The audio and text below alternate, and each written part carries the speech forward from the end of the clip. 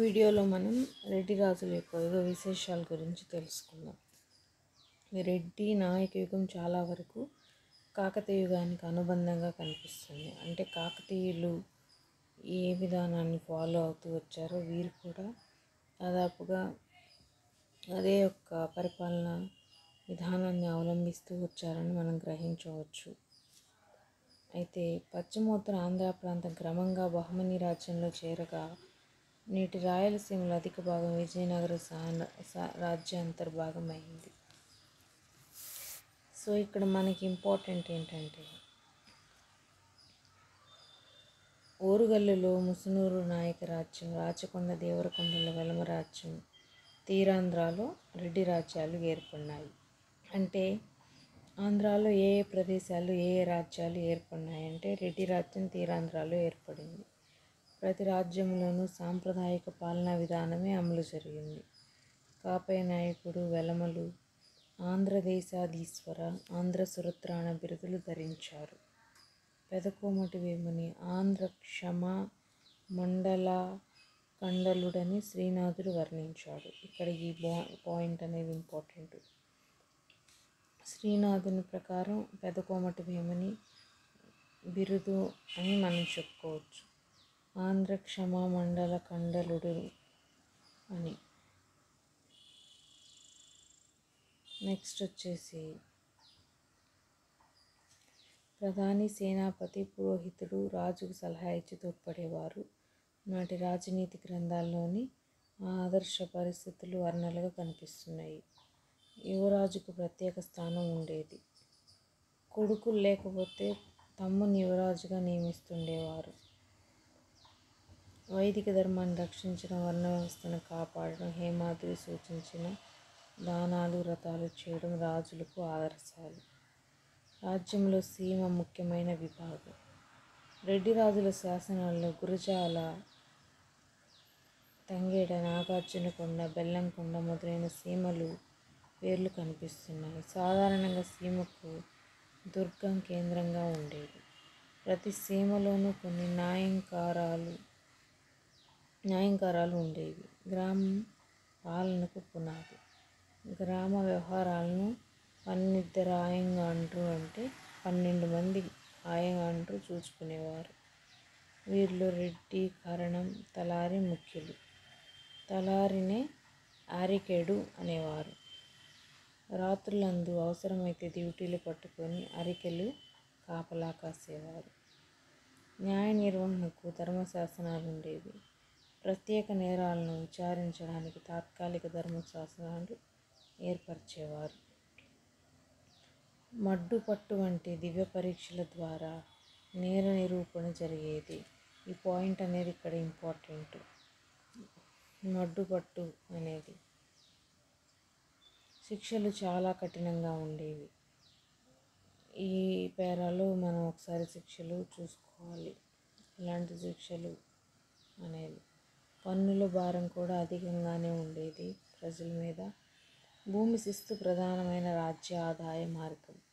పంటలో 6వ వంతు పన్నుగా వసూలు చేసినట్లు విలాస శాసనం నుండి తెలుస్తుంది. పాయింట్ ఇంపార్టెంట్ ఇక్కడ. రాచ ఊళ్ళను వ్యక్తులకు కౌళ్ళకి ఇచ్చేవారు. కౌలను సాధారణంగా ధన రూపంలో చెల్లించేవారు. కౌలు అంటే రెంట్ అన్నమాట. భూమికి ఇచ్చే రెంట్ని కౌలు అంటారు. దేవబ్రాహ్మణ మాన్యాలపై పన్నుల మినహాయింపు ఉండేది. శాసనాల్లో దశబంధ మాన్యం అనే మాట కనిపిస్తుంది.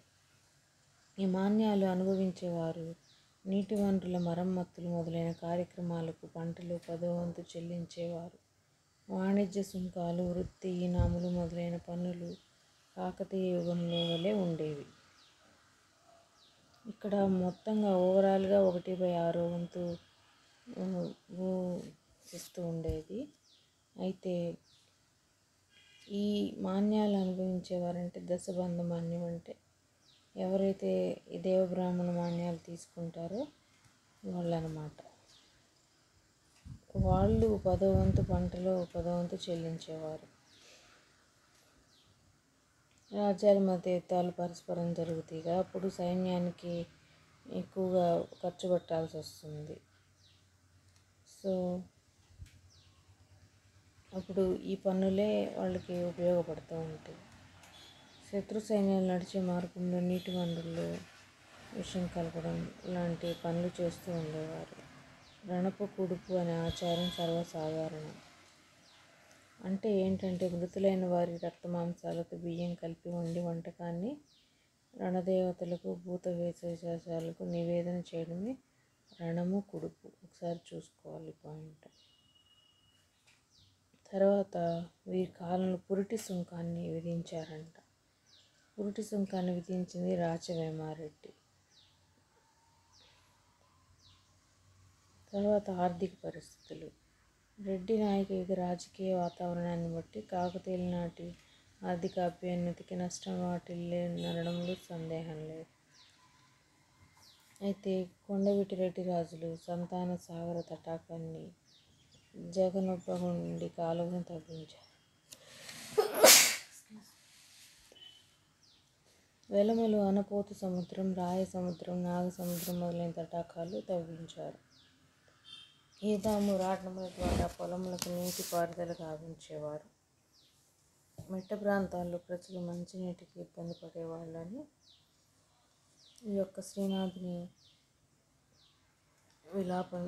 దీనాలాపనే పరమేశ గంగ విడువ పార్వతి చాలునని శ్రీనాథుని అన్న మాటను బట్టి అప్పుడు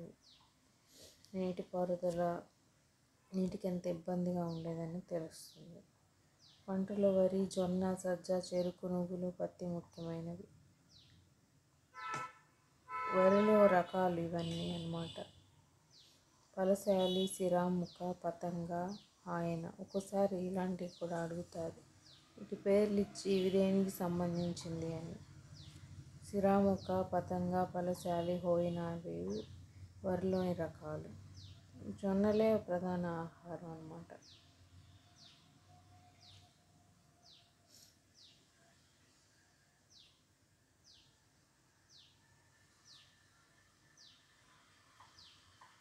శ్రీనాథుని యొక్క పద్యాల ద్వారా మనం ఆనాటి ఆహార పద్ధతుల గురించి తెలుసుకోవచ్చు.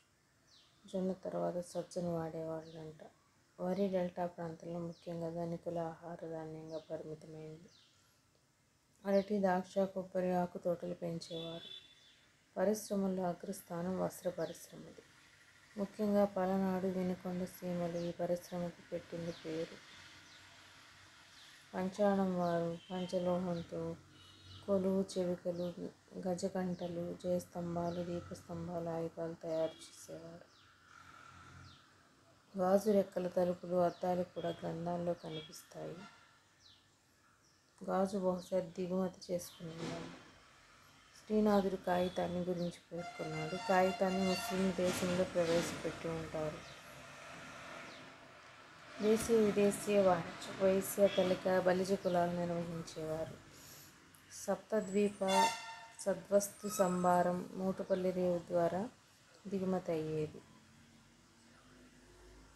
శ్రీనాథుని హరివిలాసాన్ని బట్టి జాఫ్నా, సింహళం, సుమత్ర, మలయ, ఇండో చైనా, భూటాన్, ఆర్మజ్ మొదలైన దూరదేశాల నుంచి నీరాంబరాలు, చందనాగూరు, కర్పూర, హేమాంబ మొదలైన పురములంటి విలాస వస్తువులు దిగుమతి అవుతుండేవి అని తెలుసు. నౌకల్లో కప్పలి, జోంగు, వల్లి, వలిక మొదలైన రకాలు ఉన్నట్లు హరివిలాసం తెలుస్తుంది.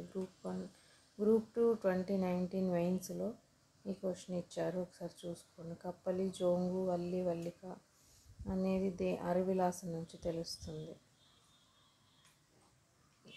మతము. ప్రోలయ వేమారెడ్డి శైవుడు, వైష్ణవాన్ని ఆదరించాడు. అతడు శైవుడైన వైష్ణవాన్ని ఆదరించాడు. అనవరత పురోహిత కృత సోమపాన అని అతని బిరుదు. అనవరత పురోహిత కృత సోమపాన. అగ్రహారములు విద్యాత వృద్ధ విప్రులకిచ్చి యజ్ఞకర్తలుగా నిలిపినాడని ఎర్రాప్రగడ వర్ణించాడు ప్రోలయ వేమారెడ్డిని. అంటే అగ్రహారాలని విప్రుల కంటే బ్రాహ్మణులకి, అయితే కేవలం వైదిక క్రతువులు ఎక్కువగా జరిగినాయని నిదర్శనాలు లేవు అన్నమాట. పద్మనాయకులు అనే భైరవ ప్రతిష్టలు చేసినారు అనేక.